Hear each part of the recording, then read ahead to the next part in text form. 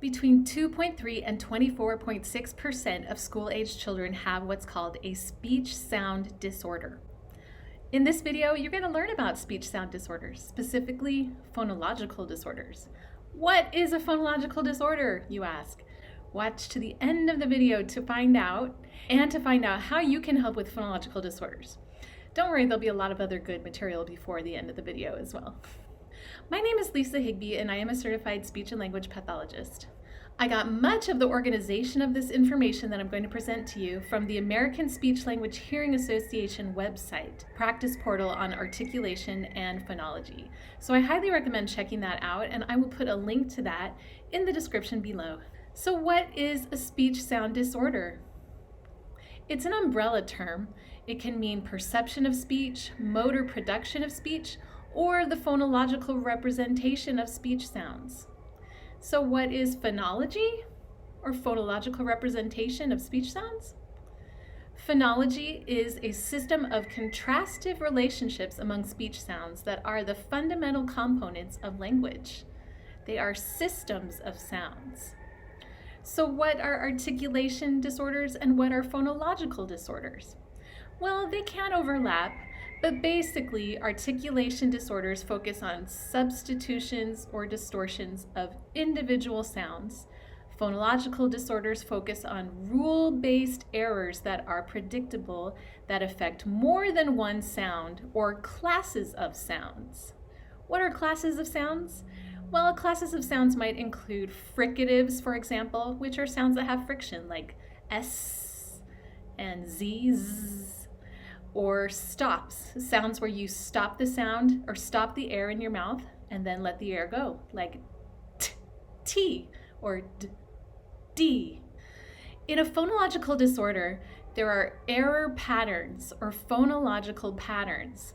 There are systematic changes or simplifications that affect whole classes of sounds, sound combinations like consonant clusters, or syllable structures. So what's a phonological process? A pattern of sound errors that many children use to simplify their speech as they learn to talk. Many of these phonological processes, like stopping, which is where you take a continuant sound like S and turn it into a stop sound like T. So you might say te instead of say. Many of these phonological processes are outgrown by age 5, but some children keep using them, and in that case we can definitely help. What causes a phonological disorder, or what causes a phonological process? What causes a speech sound disorder? Often we don't know, but there are risk factors. Males tend to have more speech sound disorders. People who have peri or postnatal problems, a family history of speech language problems, or those with persistent ear infections tend to have more speech sound disorders. So how are speech sound disorders, including phonological disorders, diagnosed? Well, often a speech language pathologist will consider developmentally appropriate errors and patterns. They'll use both standardized and non-standardized measures, formal and informal tools to look at a child's sound system. Also, a speech language pathologist needs to take into account the different languages and dialects that might be used by the person. There might be patterns of transfer from one language to another, and those are not a disorder. How can I improve phonological processes in children, like stopping or fronting or syllable deletion? There are many ways, but I'll focus on some phonological or language-based approaches. You can help a child internalize phonological rules of adult-like language and then generalize these rules. I'll focus on using some phonological contrast approaches. This is where you emphasize the sound contrasts that are needed to differentiate words from each other. One of my personal favorites is using minimal pairs or minimal oppositions. Minimal pairs are words that differ by only one phoneme or only one unit of sound. So the words star and tar are the same except for the S sound. They are minimal pairs.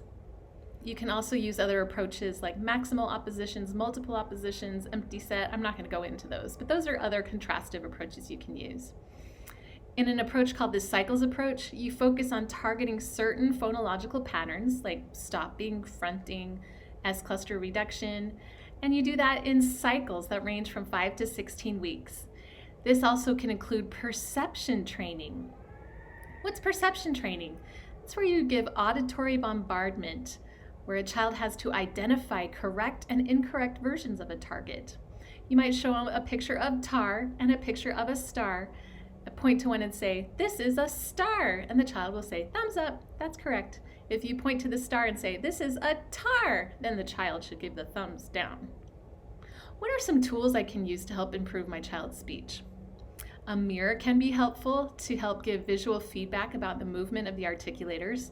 Gestural cues can be really helpful. You might use a long sweeping gesture for a fricative sound like S, or you may use a short choppy motion for sounds that are stops like T, T, T, T.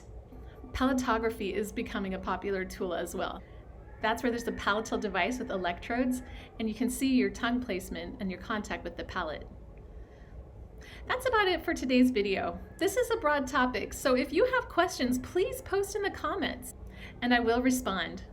Please like and subscribe to this channel if you're interested in learning more about speech, language, voice, and diction.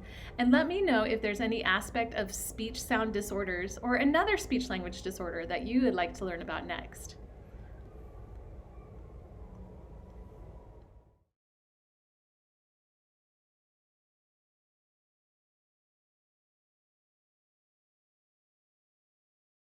Specific